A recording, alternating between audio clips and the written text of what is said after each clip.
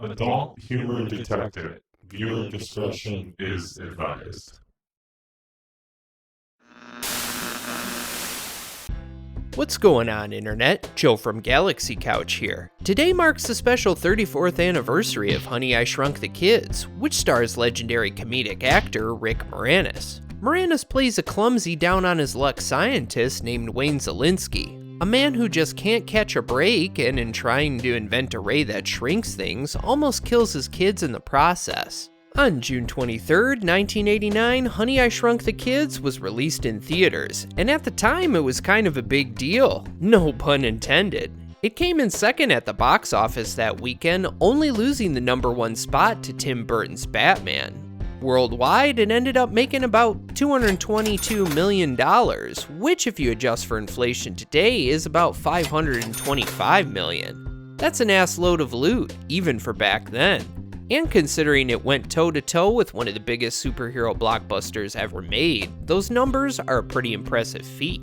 Disney would cash in even further on the hype train and would add Honey, I Shrunk the Kids amusements at its theme parks. Both attractions would enjoy success and longevity, with the final attraction closing its doors in April of 2016 to make way for Star Wars Galaxy's Edge. Obviously, popularity and staying power wasn't an issue for the franchise, but I do find it interesting that the House of Mouse never bothered to capitalize on a video game adaptation, especially during the height of the movie's success. I mean, just about every movie from the late 80s to early 90s got a video game. Hell, Friday the 13th and Nightmare on Elm Street received video game adaptations on the original NES, and those are freaking rated R properties.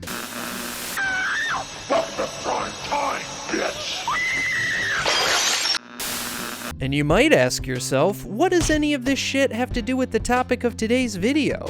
Well, today we'll be taking a look at the unofficial Honey, I Shrunk the Kids game, Grounded. What is Grounded? Why are we talking about it now? And is it worth you and your friends' time in 2023? Let's find out. Run it.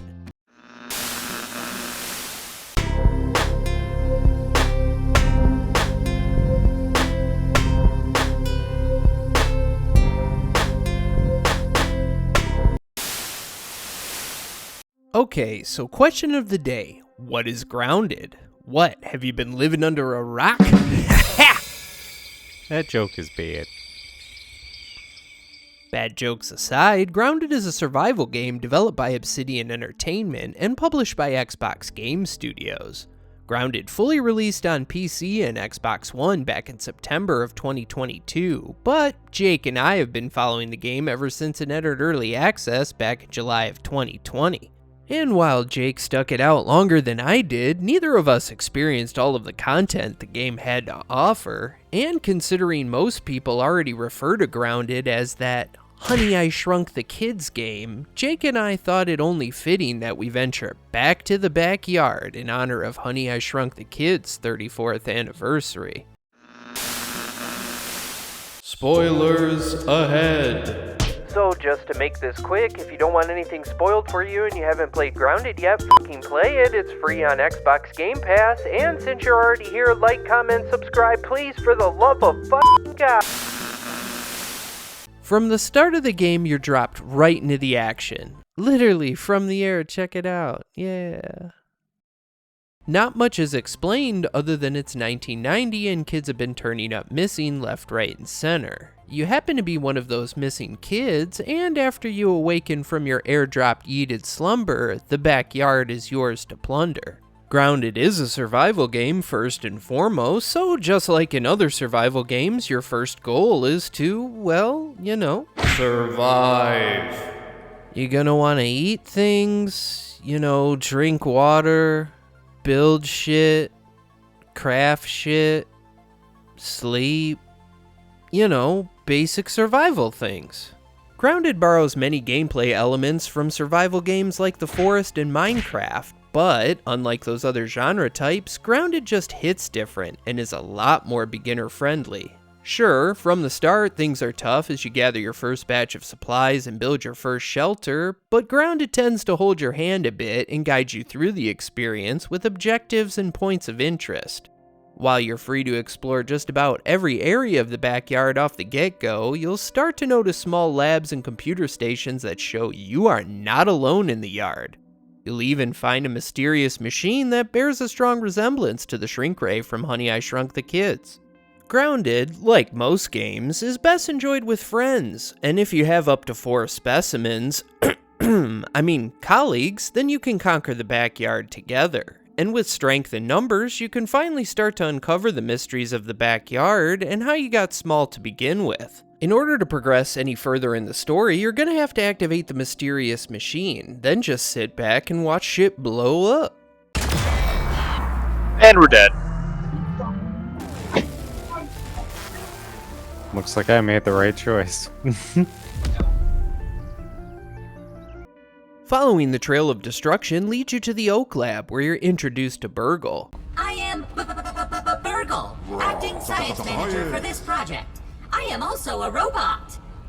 BURG.L acts as your guide and lets you know you're in Dr. Wendell Tully's yard, the mastermind behind the shrinking technology responsible for your predicament. Yeah, so turns out that button-pushing stunt from earlier really fucks shit up royally. BURG.L's circuits are fried, the Oak Lab is in disarray, and any chance at returning to normal size was lost in the explosion. BURG.L claims to be able to help, but can't remember how to recreate the embiggening formula needed due to his memory chips being fried. So, in order to restore BURG.L's memory, you're tasked with finding computer chips scattered throughout the yard that happen to suspiciously look like Super Nintendo cartridges. And at this point, this is where the game really opens up, and although the game naturally points you in the direction of the Hedge Lab first, you're free to search for the chips in any order. Grounded offers a variety of biomes to explore, and each one has its own unique feel and presents its own challenges to overcome. For example, the hedge maze is infested with spiders, but many can be avoided if you use the zip lines and tree branches above to your advantage. We gotta get really high. That's dramatic. The Pond Lab offers a unique underwater excursion, but a looming koi fish is always present in the shadows and can devour you whole at any given moment if you're not careful. The Haze Lab is infested with fungus, deformed bugs, and pesticide, and can only be traversed if you have a Weevil gas mask. The Sandbox is scorching hot during the day and will burn you unless you explore it at night or have special gear to protect you from the elements. The picnic table is home to all the bees in the backyard, and is going to take some further explosives in order to gain access to the very top and its D&D secrets. These are just a few of the locations you'll explore during your stay in the backyard, but just because you can explore somewhere doesn't always mean you should right away. While most bugs in the game are passive and don't attack unless provoked, there are a few badass bugs that will straight fuck your day up just for saying hello to them. And if you're constantly exploring certain areas too early in your adventure without the proper equipment, you're gonna have a bad time, and probably continue to get your ass handed to you. Ow. Stabbed you in the ass now, didn't he? Yeah, he did, and I'm dead. I don't know what to do. I'm This is a useless. fail. Yeah, I'm gonna close my game here. I'm still gonna hang out, but this is doing more harm than good right now. And as frustrating as this can be to a noob in the early game, it does force the player to implement some strategy and to plan ahead and know what you're going up against before entering battle. And while you won't have all the keys to the kingdom unlocked from the get-go, Grounded gives you a multitude of different options to aid and defend yourself. All the science. Bill. Science rules. Pure 100% unadulterated science. Virgin science. Bill. Raw science is the most plentiful tool you'll have at your disposal, and there are a multitude of different ways you can acquire it, from scanning items at a research station to stumbling upon pink balls of goodness out in the wild. Literally, the shit is everywhere. And get used to hearing a lot, because you're going to be collecting all the science you can get your hands on. As the main currency of the game, raw science can be spent on perks and blueprint upgrades, which help you build a respectable base instead of a shitty shack. Raw science plays an even more important role in the latest update thanks to the Super Duper machine, which lets you duplicate any item within the game. Milk molar candies are the second easiest commodity to get your hands on. These precious candies are hidden across the map in different locations, and finding and breaking these silver and gold gems will give you points that you can spend in the shop to add more mutation slots and to upgrade your health, stamina, and carrying capacity. Mutations change your teen's DNA and can enhance your basic traits. You want to run faster than a speeding bullet? Equip Natural Explorer.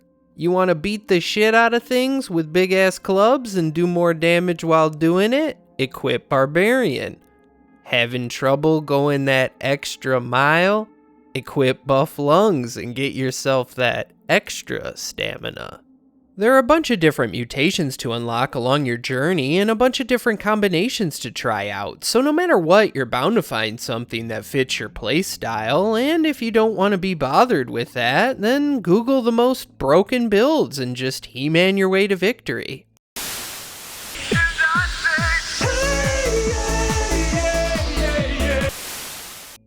At the end of the day, killing bugs is the name of the game. Armors, weapons, and tools come in 3 different tiers in Grounded, and in order to make the items that you need, you're gonna need bug parts.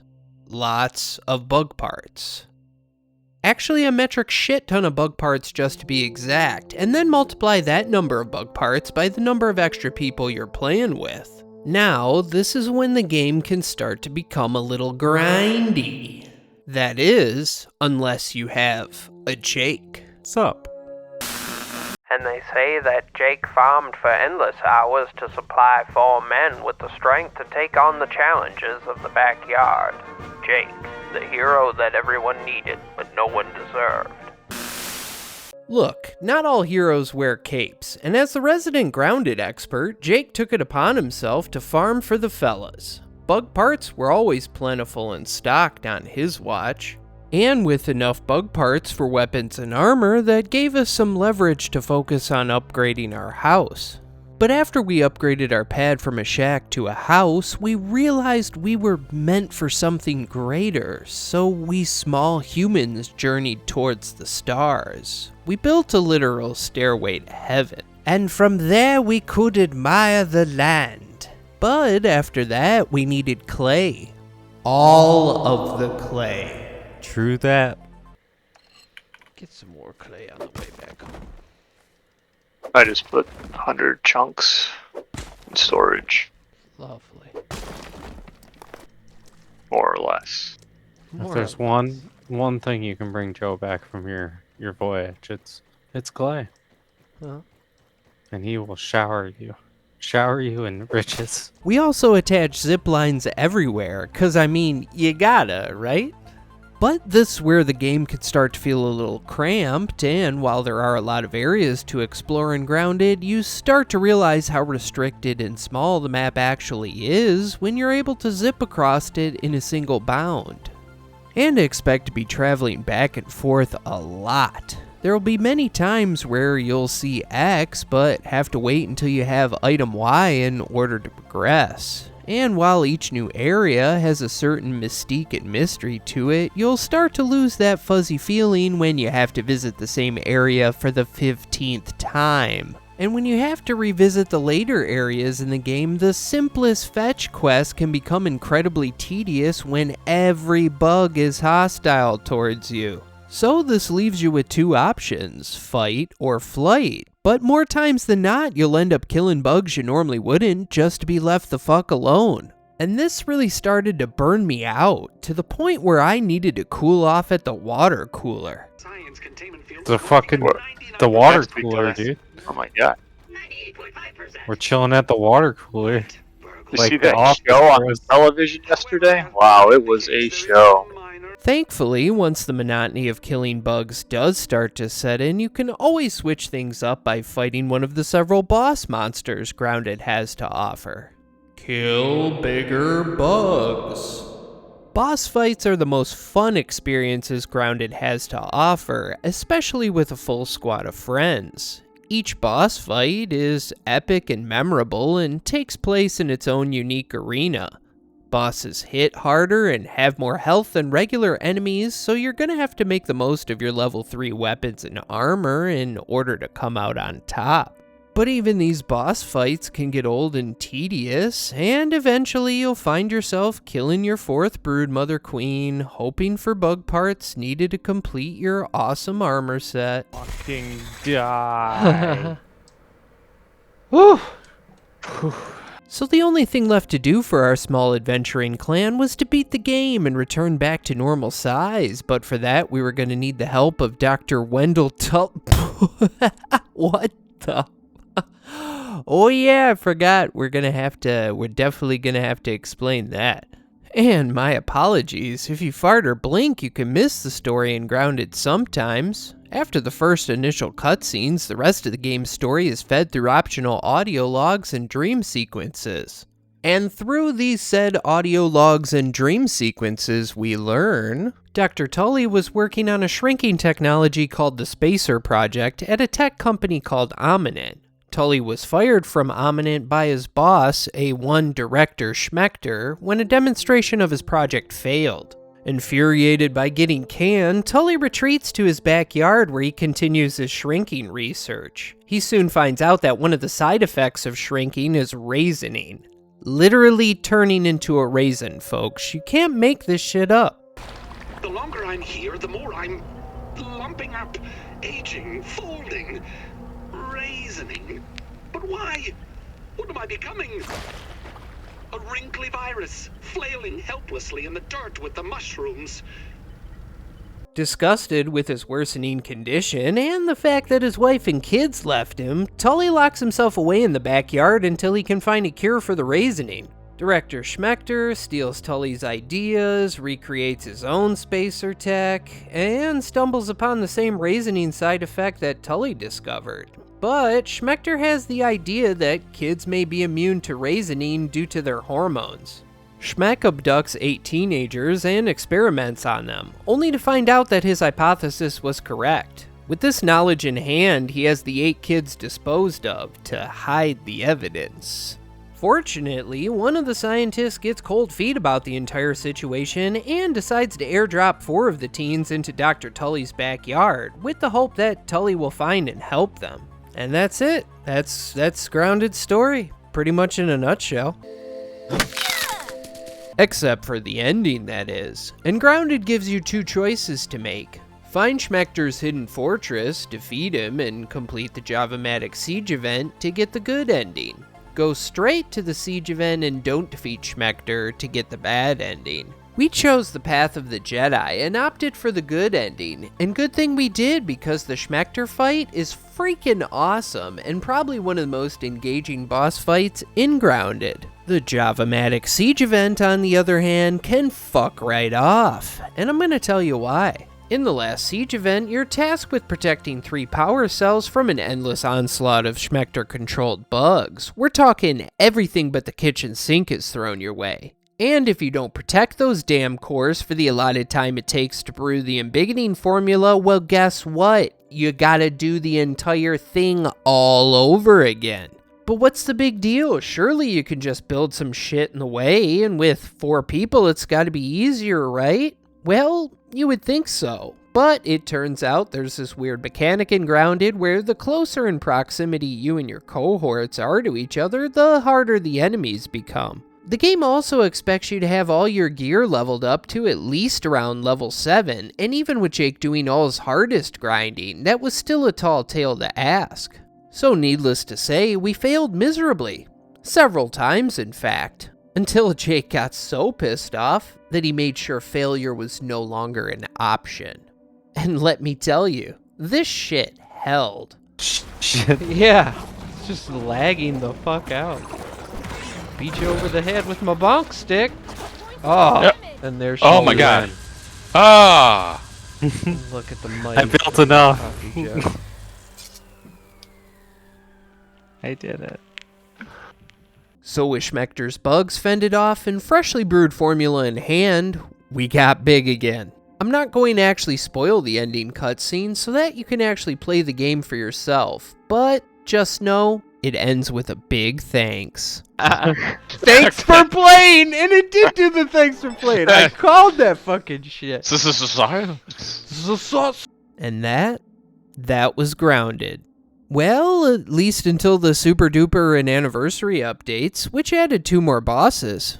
Both of which feel like complete afterthoughts, unfortunately. While the addition of wasps are welcome, it definitely feels like an enemy that should have been implemented into the game much earlier. And the Wasp Queen boss is a cakewalk, considering that most people already have fully leveled up gear to smack her down with. The infected broodmother is a completely different story. If you're seeking a challenge, then look no further. Only Grounded experts need apply.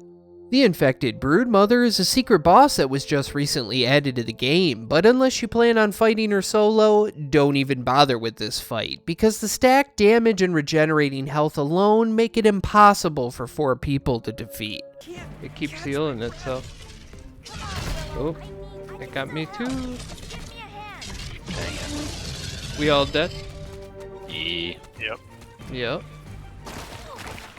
So, you may ask yourself, what's left to do in the backyard? And the answer is not a whole lot at this point, unless you feel like 100%ing the game, and nobody ever does that. Just kick your feet up in your fancy pad and admire the kingdom you've just conquered. Look, Grounded is more of an experience than it is a game, and a truly unique, gorgeous looking experience at that. I mean, look at these fucking graphics. I went the entire video without talking about these beautiful graphics? What the f... But the thing is, you kinda gotta think about Grounded like you would Disney World. Alright, hear me out. Once you enter the park, you're amazed by all the rides and magic, right? But after your 3rd trip to the Magic Kingdom, you don't want to hear the It's a Small World song anymore. Capiche? And this is somewhat compounded by the constricted size of the map. In other survival games, if you get tired of looking at the same shit, you can just move to a different continent. But in a much smaller backyard, once you've seen all the sights and have ridden all the rides, that's it. GG. That doesn't mean that the ride isn't worth the price of admission, however. Grounded is just more of a story with survival game elements. There's plenty of fun to be had, even if you're just sticking around with your friends. 300 something calories for 1 cup of it? Yep. Wow. Sodium, 170 milligrams, 7%. Potassium, 620 milligrams, 18%. Cadmium, 35 milligrams. Protein, 11 grams. The cadmium part, I'm like, wait a second. Yeah. So enjoy it, but savor it. Let it burn slow, like the end of a cigarette on a warm July night. Grounded answers the age-old question we asked ourselves when watching Honey, I Shrunk the Kids for the first time. What would it be like to be small and shrunk in the backyard? It's just amazing that it's literally taken 30 years for someone to capitalize on that feeling and put it into video game form to make money off of. With all the content that the game has to offer, though, Grounded is a steal at the low price of $39.99, or free if you have Xbox Game Pass. You owe it to yourself to at least experience Grounded. But don't just take my word for it. Ask the Grinding King himself what he thought about the game. Jake, what did you think about Grounded? Grounded is a blast, and I thoroughly enjoyed my time playing in the backyard. And if you made it all the way to the end here, we hope you enjoyed what you watched, and we'd like to personally thank you. Also like to drop a reminder to like, comment, and subscribe if you haven't. It helps a lot. Also, special thanks go out to Jake, Justin, Steve, Dalen, AMC 2005, Steel Nation 997. Thanks for the lulz, guys, and thanks for the help on the video. Well, until next time, my name's Joe. Thanks for watching Galaxy Couch. Peace.